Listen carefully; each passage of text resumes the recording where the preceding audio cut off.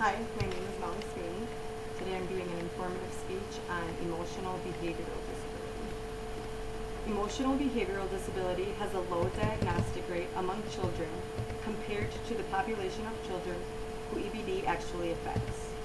Less than 20% of children who have emotional behavioral disability are identified before age 9, according to Professor of Education at the University of San Francisco, Mary Neeson. Emotional behavioral disability is a rare disability or disorder found in young children and adolescents that can hinder their emotional and behavioral growth. But with consistent strategies, these children can live a successful life with positive emotions and behaviors. With the following research, I will discuss two main points. First, I will discuss what EBD is in more detail, and second, I will discuss the strategies and practices that can improve a student's academic and behavioral success.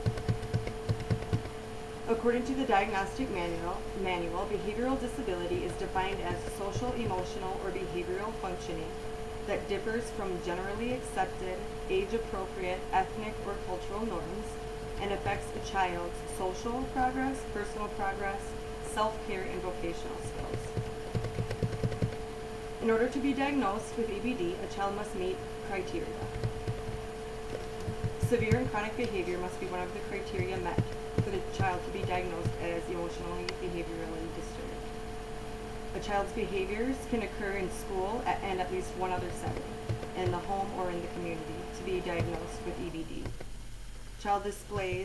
If a child displays any of the following behaviors, at least one of the following behaviors, they must meet one of the following behaviors in order to be diagnosed with emotional behavioral disability. An inability to develop and maintain interpersonal relationships. They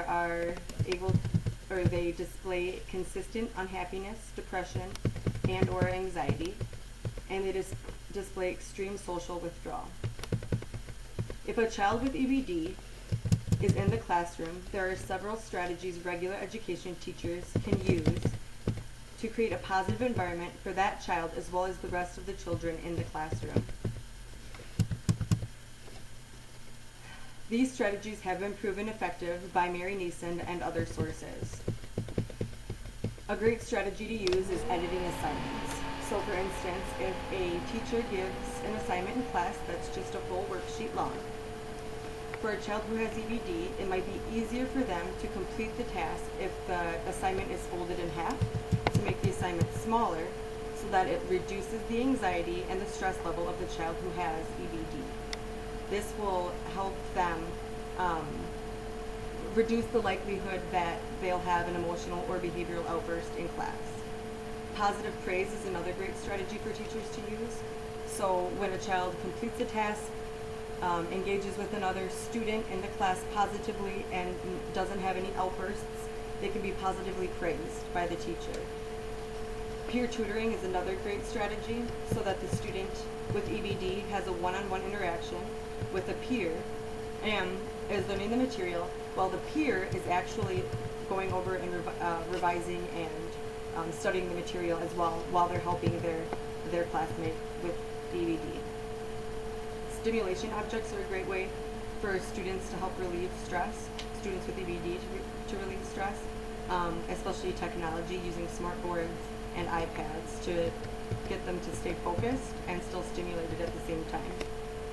Self-management strategies such as my visual aid here is just a chart that can be used. So for example, this will be Dave's chart. Dave has EBD, and if he completes a task or he interacts with the student in a positive way without any emotional or behavioral outbursts, he gains a sticker. He can put the sticker on whatever reward he wants.